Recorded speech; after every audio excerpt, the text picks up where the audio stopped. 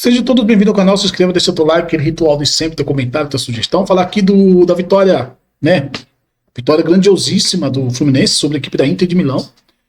A equipe do Fluminense conseguiu vencer a Inter, eliminar a Inter do Mundial de Clubes. Se assim o Fluminense agora está nas quartas, esperando o vencedor do Manchester City, é isso, né? Provavelmente vai ser o Manchester City, o adversário do Fluminense.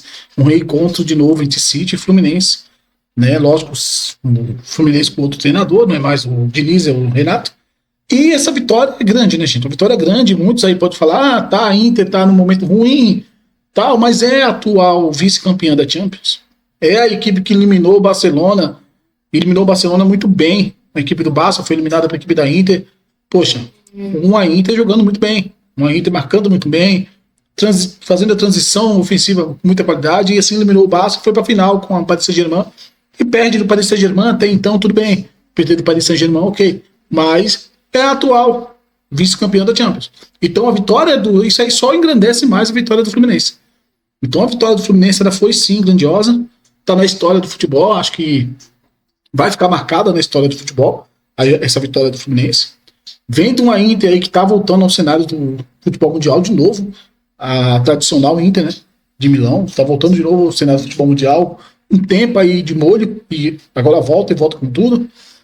2 vezes que já chega aí disputar a Champions e bate na trave e não leva o título, e dessa vez cai agora no Mundial para a equipe do Fluminense. A equipe do Fluminense que para mim mostrou uma coisa que eu sempre falo do futebol, ele se resume às vezes muito à tática, à técnica, mas também eu acho que a competitividade ela é o centro de tudo, o centro de todas as coisas, da tática, da técnica, é a competitividade. É o time competitivo, é o time que se doa, é o time que briga, é o time que se entrega em campo, é um time que consegue dialogar muito bem, não só com a comissão técnica, mas o diálogo dos jogadores em campo, isso é importante.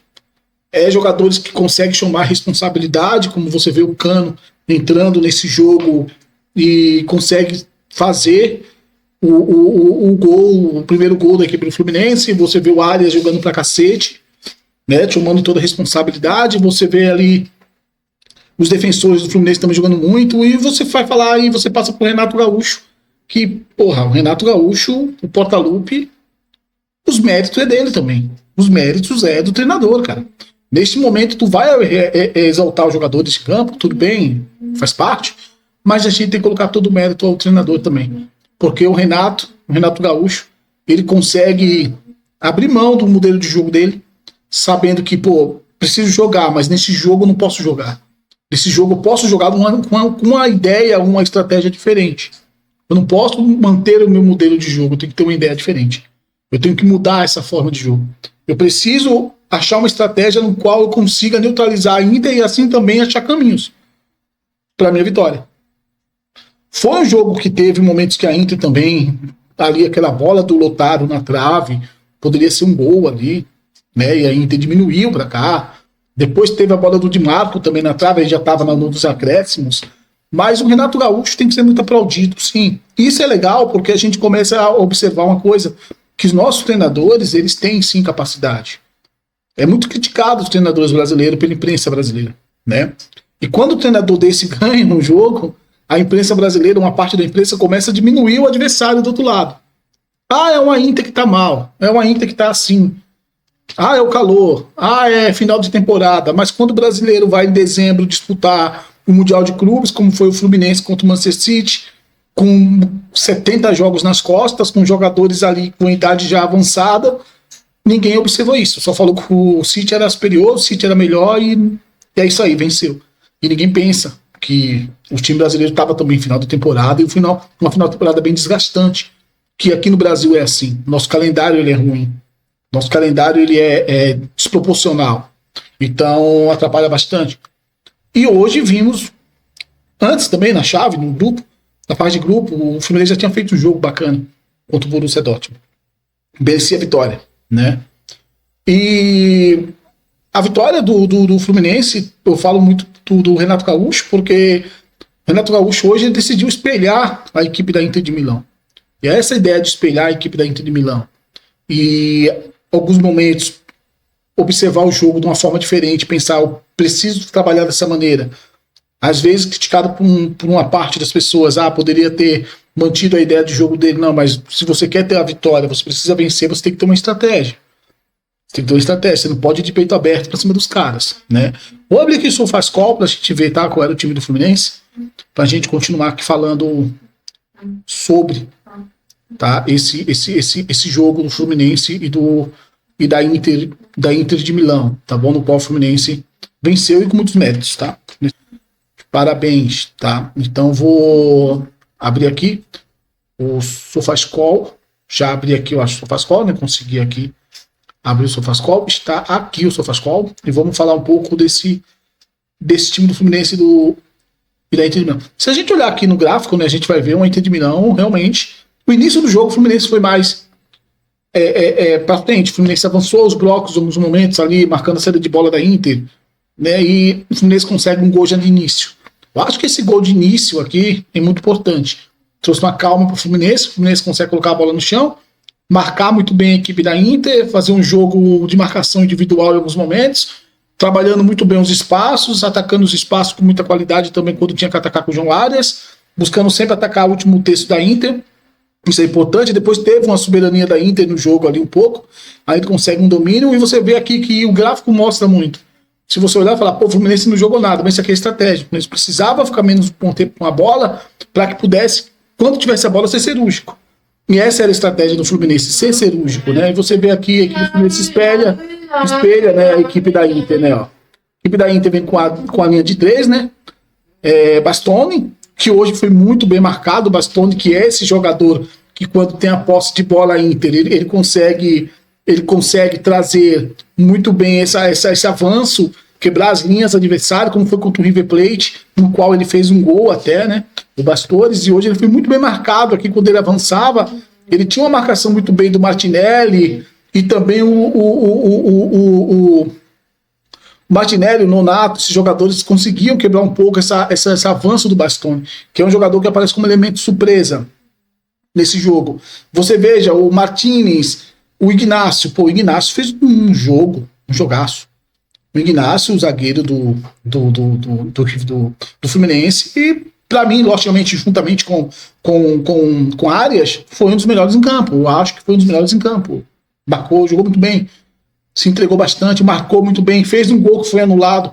Ele fecharia isso o seu jogo competente que ele fez hoje com a marcação de ouro que fizesse o gol, mas não aconteceu, o gol foi anulado e acabou que não merecia sair com o gol, porque ele jogou muito bem, conseguiu pegar essa faixa de campo aqui e marcar muito bem. Os jogadores que se movimentavam, às vezes o Mkhitaryan caindo por aquele lado também foi muito bem marcado, e o Mkhitaryan se movimenta bastante pelo campo, mas quando quer desse lado o Ignacio marcava muito bem, né? Então acho que o Ignacio, eu tenho que falar do Ignacio porque ele foi muito bem hoje no jogo.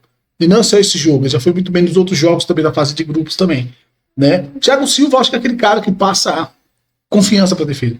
Pela experiência que tem o Thiago Silva, ele consegue passar uma confiança para a defesa, sabe? Consegue mostrar, pô, tô aqui, colocar a bola no chão, centrar, passar confiança, organizar o sistema defensivo, sabe? Então acho muito importante, né? E essa linha de 3 que o Renato fez, acho que foi sensacional. Foi uma ideia que o Renato teve, assim, se perdesse poderia ser muito criticado, mas como vem com a vitória, você tem que aplaudir, porque você se abdicar da maneira que você joga. Ontem a gente viu Flamengo e Bahia, e o Felipe Luiz ele não abriu mão do estilo de jogo dele, nem da maneira dele colocar o time em campo, né? Eu acho muito isso é também muita questão de experiência, sabe? Vivida em campo, e o Felipe Luiz está iniciando agora, então ele tem aquela pegação com a filosofia dele, e daqui a um tempo isso muda, realmente isso muda, e dependendo de jogos ali, você vai abrir mão da importância do jogo, você vai abrir mão da tua filosofia, sim, como o Pep Guardiola já fez. O Pep Guardiola já abriu mão.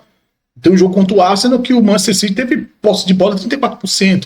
Abriu mão da sua ideia de jogo para poder partir à frente e assim classificar o time. Então é um momento que você vai abrir, isso é questão de tempo, de experiência, e depois que isso muda.